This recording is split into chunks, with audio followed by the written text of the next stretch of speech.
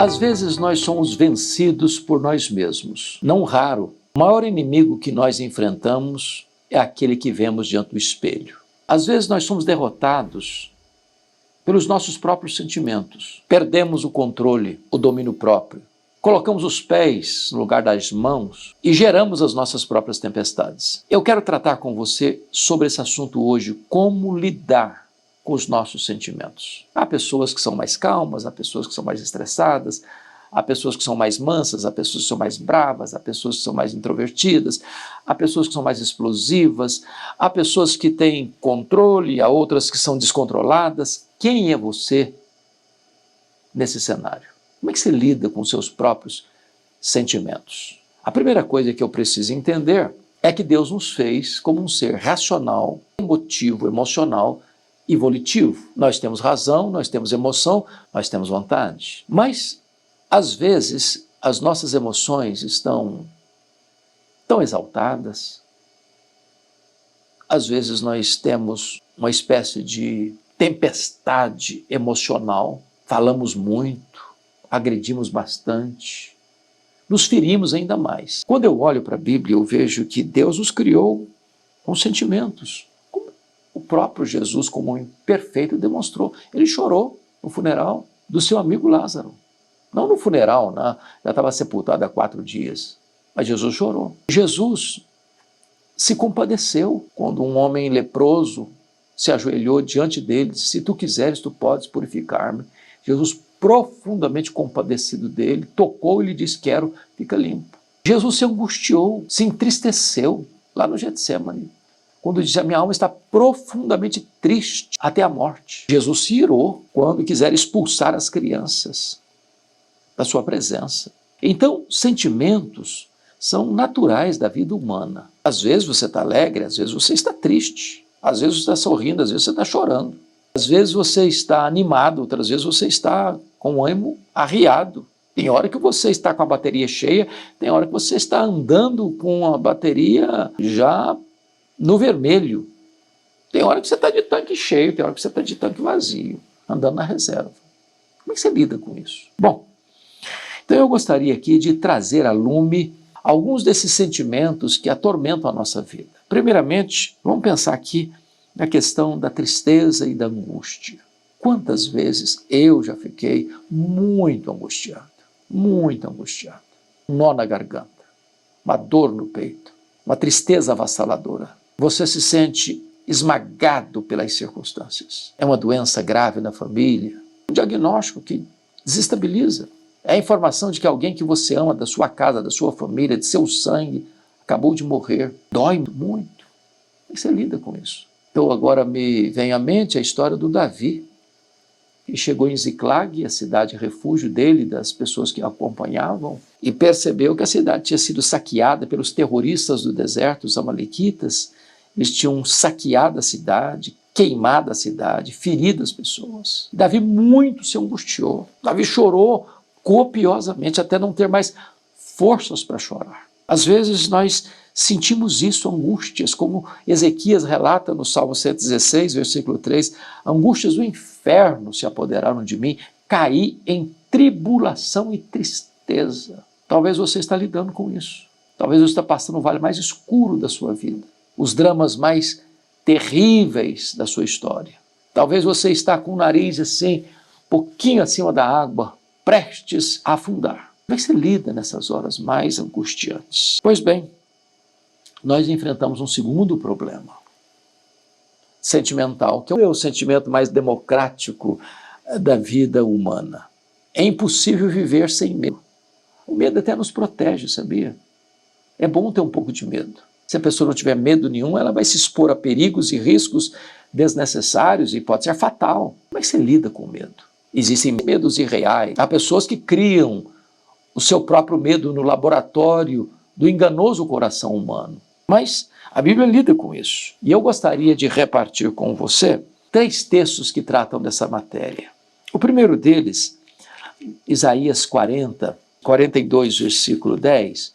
Esse texto, para mim, é um dos textos mais lindos da Bíblia. E 41, versículo 10, ele diz assim: não tenhas medo, porque eu sou contigo, diz o Senhor. Não te assombres, porque eu sou o teu Deus. Eu te fortaleço, eu te ajudo e eu te sustento com a minha destra fiel. Quem está nos dando esta ordem para não ter medo é o próprio Deus. Quem nos dá a razão para não temer é o próprio Deus quando ele diz: eu estou contigo, ou eu sou contigo. Não te assombres. Pela afirmação da aliança que ele firmou conosco, eu sou o teu Deus. Pela promessa que ele faz: eu te fortaleço, eu te ajudo com a minha destra fiel. Aliás, o que nos livra do medo não é a nossa força física, não é a nossa capacidade intelectual, não é o nosso dinheiro, não são os nossos amigos, é a presença de Deus conosco. Salmo 23, Davi diz assim no verso 4: ainda que eu ande pelo vale da sombra da morte, não temerei mal nenhum, porque tu estás comigo. A tua vara e o teu cajado me consolam. É a presença de Deus. Quando o rei Josafá estava ameaçado por uma aliança de inimigos que estavam prestes a invadir Jerusalém, não dando prazo ao rei Josafá sequer de reagir e montar uma guarda militar para proteger Jerusalém, ele teve medo. Ele pôs-se a buscar ao Senhor. E Deus ouviu a sua oração. E Deus falou com ele: essa luta não é sua, é minha. E diz a Bíblia que Deus ordena a Josafá colocar um coral na frente de um exército. E tendo eles começado a cantar e a dar louvores ao Senhor em voz alta sobremaneira, Deus colocou emboscada contra os inimigos e eles foram desbaratados. Deus é poderoso, não só para lidar com os nossos medos, mas Deus é poderoso para triunfar sobre os nossos inimigos, eliminar as causas do nosso medo e nos trazer bonança para a alma. Mas outro texto que eu quero repartir com você está lá no Salmo 56, versículo 3. Olha que texto maravilhoso. Diz assim: em me vindo o medo ou o temor, eu hei de confiar em ti, em Deus cuja palavra eu exalto. Neste Deus eu ponho a minha confiança. O que o salmista está aqui pontuando, e este é um salmo de Davi, é o seguinte: em me vindo o temor, ele está admitindo que o medo pode assaltar o seu coração. Ele está entendendo que há situações na vida em que você não tem como livrar-se do ataque do medo. Ele está também admitindo que há momentos em que o medo é tão grande, é tão forte, é tão poderoso, que nós não temos forças para lutar contra ele com as nossas próprias ferramentas, armas, estratégias. Por isso ele diz: em me vindo o temor, eu hei de confiar em... O temor vem, o medo vem, mas você pode confiar em Deus. Eu fico me lembrando agora, mais recentemente, dos anos de 2021, quando o mundo foi assolado pela pandemia.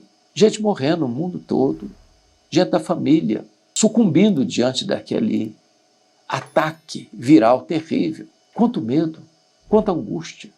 Eu mesmo fui acometido do vírus e passei momentos difíceis, muito difíceis, de você tentar respirar e não conseguir, de faltar a você aquilo que é de graça, mas é vital, que é o ar nos seus pulmões. O medo, nestas horas, nos apanha, nos encurrala, enfia os seus tentáculos em nós. Mas Davi diz: em me vindo o temor, eu hei de confiar em ti. Deus me livrou, Deus me levantou da cama, Deus tem me livrado de outros temores, e a você também. No capítulo 57, ou melhor, no Salmo 57, porque Salmo não tem capítulos, são salmos, ele diz assim, no versículo 1: tem misericórdia de mim, ó Deus, tem misericórdia, pois em ti a minha alma se refugia.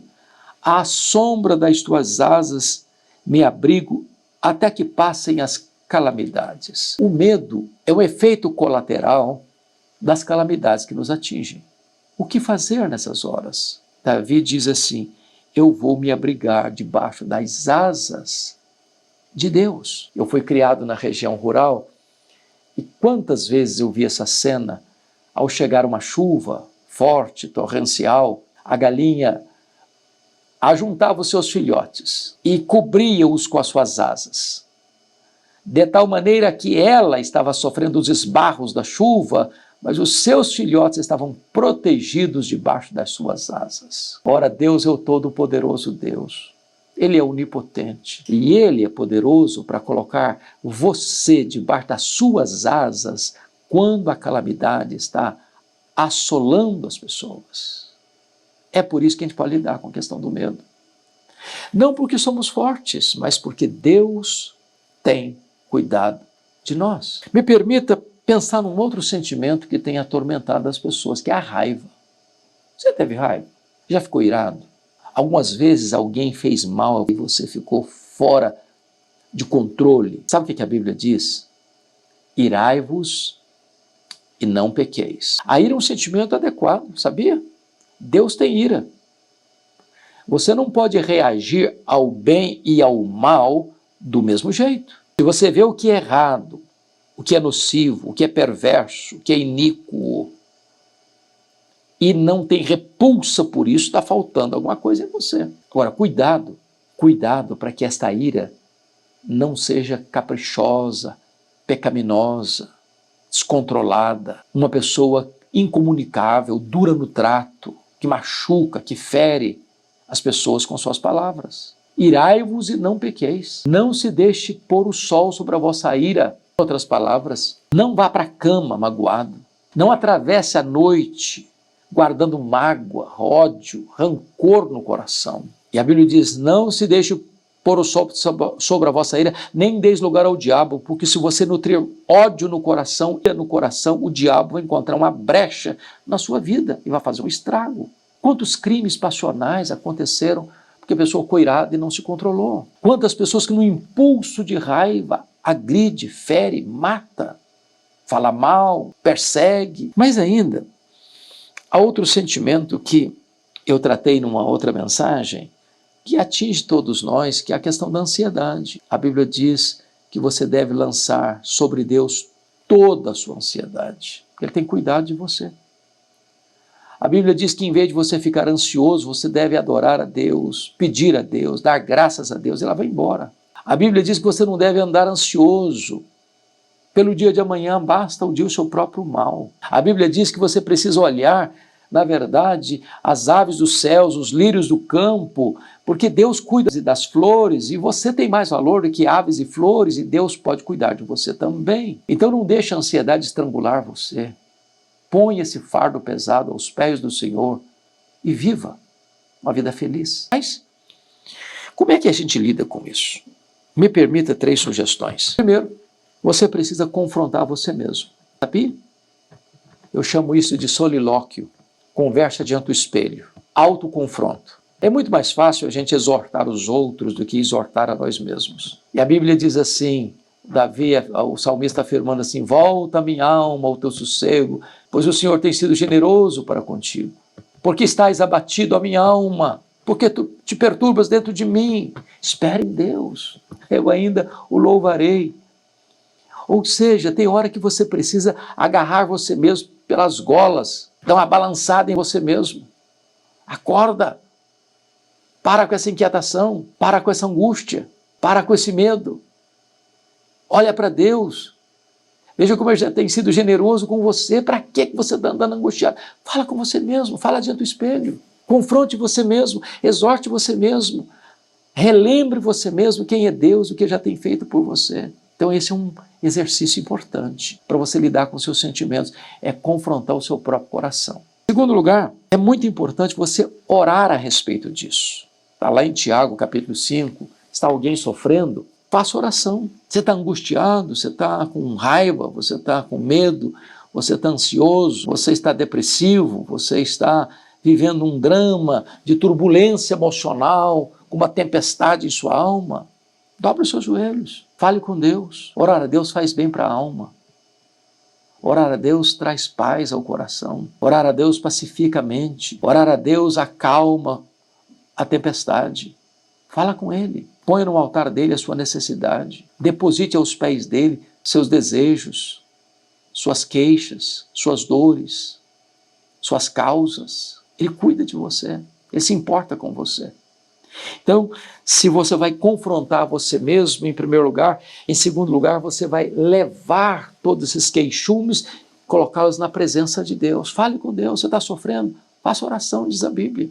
Deus não rejeita o coração quebrantado. Deus nunca rejeitou alguém que foi a Ele pedindo ajuda, pedindo socorro, buscando solução. E finalmente, quero ser bem breve com você nessa fala, finalmente, submeta os seus pensamentos e os seus sentimentos a Jesus. Está lá em 2 Coríntios, capítulo 10, versículo 5, o seguinte, eu vou ler para você. E toda altivez que se levante contra o conhecimento de Deus, levando cativo, preste atenção nisso, levando cativo todo pensamento à obediência de Cristo. Pegue os seus pensamentos, pegue os seus sentimentos, bote uma algema neles e leva ao senhorio de Cristo. É isso que ele está recomendando, a obediência de Cristo. Pergunte assim, se Jesus estivesse no meu lugar, o que ele sentiria? O que ele pensaria? O que ele faria? Isso vai mudar o rumo da sua história. É pegar esse pensamento e levá-lo cativo à obediência de Cristo. Eu quero obedecer a Cristo. Eu quero honrar a Cristo. Eu quero fazer o que Cristo faria. Então você vai realinhar seus pensamentos, você vai realinhar os seus sentimentos. Então você vai andar como Cristo andou, sendo imitador de Cristo. Jesus disse, aprendei de mim, porque sou manso e humilde de coração. Meu ardente desejo é que Deus ajude você a lidar com seus sentimentos. Por quê? Eu vou lhe explicar. Lawrence Crabb Jr. foi um grande psicólogo, é um grande psicólogo cristão. Escreveu vários livros importantes. E ele diz que os nossos problemas, eles vazam pelos poros dos sentimentos. Você está alegre ou você está triste. Ou você está feliz ou você está infeliz. Ou você está com raiva ou você está de bem com a vida. São os sentimentos. Mas você não lida com o paciente pelos sintomas. Você lida com o paciente pelas causas. Um médico não trata de um paciente pelos sintomas. Por exemplo, ele está sentindo febre, por exemplo. Está com febre. Aí vai lá dar um antitérmico para ele. A febre foi embora. Está resolvido o assunto. O antitérmico resolveu. Mas ele tomou um antitérmico e a febre continua. Não vai continuar dando antitérmico. Vai ter que dar uma olhadinha. Talvez tenha lá uma infecção. Precisa de um antibiótico. Ele tomou um antibiótico, mas não resolveu.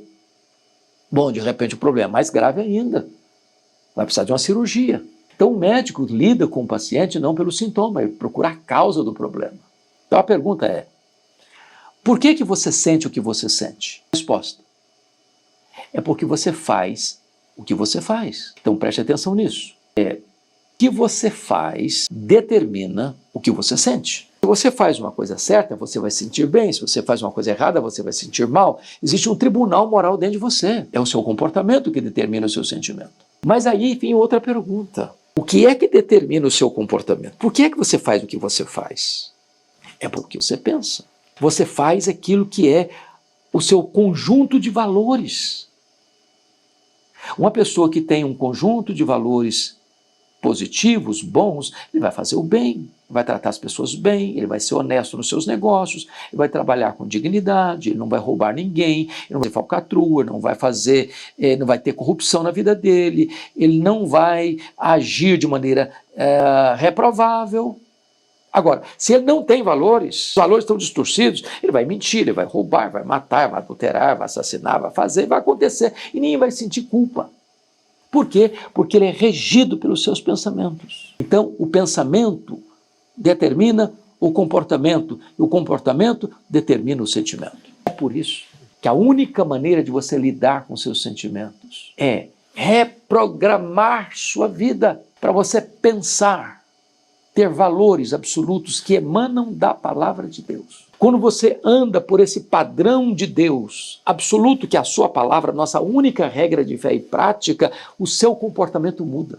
E quando o seu comportamento muda, também os seus sentimentos mudam. Aí a sua vida vai ser edificada, não do telhado para a base, mas da base para o telhado. Lide com os seus sentimentos, regido pela palavra de Deus, governando a sua cabeça, seus pensamentos, seus princípios, seus valores, suas balizas, seus marcos. Isso muda seu comportamento, e mudando o seu comportamento, você muda também os seus sentimentos. Se esta palavra tão singela foi útil a você, eu lhe peço duas coisas. Primeiro, você podia compartilhar essa mensagem com alguém que você conhece, que você ama, que talvez precise dessa mensagem também. Segundo, inscreva-se no canal se ainda não o fez, nesse canal.